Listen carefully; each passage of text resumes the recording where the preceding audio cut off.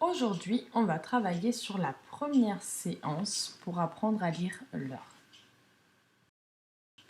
Donc voici une horloge à aiguille. Donc, la petite aiguille ici, la petite aiguille qui est en rouge va indiquer les heures. C'est l'aiguille rouge. Tandis que la grande aiguille, qui va être bleue, indiquera les minutes.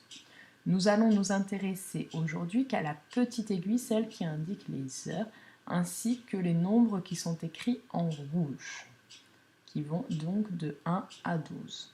En dessous, tu vois qu'il y a écrit 4 heures, donc il y a deux nombres. Le premier nombre correspond à la petite aiguille, qui indique le 4, et le deuxième nombre correspond à la grande aiguille. Alors, quand la grande aiguille est sur le 12, ça veut dire que c'est une heure pleine, donc on écrit 0, 0.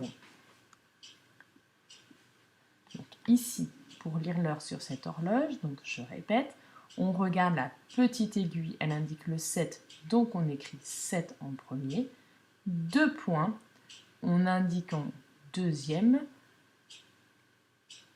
le nombre de minutes. Donc quand la grande aiguille est sur le 12, on va écrire 0, 0 parce que c'est une heure pleine.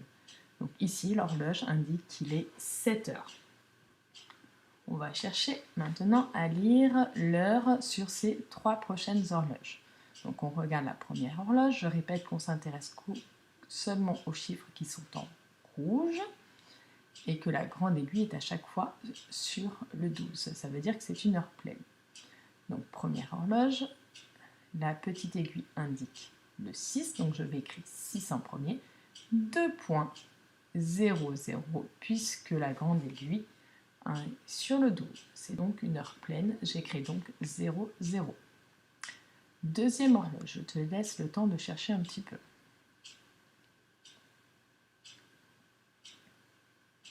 Donc on écrit, la petite aiguille montre le 3, donc j'écris 3, et la grande aiguille indique que c'est une heure pleine puisqu'elle est sur le 12, donc on écrit 0, 0. Il est donc 3 heures.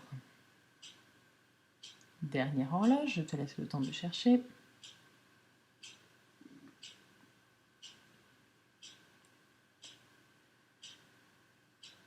Tu as raison, la petite aiguille est sur le 10, donc je vais écrire 10, et la grande aiguille est sur le 12, c'est une heure pleine, j'écris donc 0, 0 après les 2 points.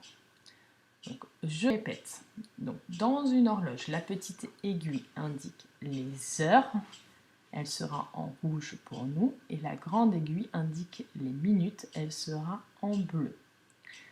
Quand on écrit les heures, le premier nombre indique les heures, donc ici, la petite aiguille indique 4, donc je vais écrire 4, et la deuxième aiguille, donc l'aiguille bleue des minutes, indique les minutes.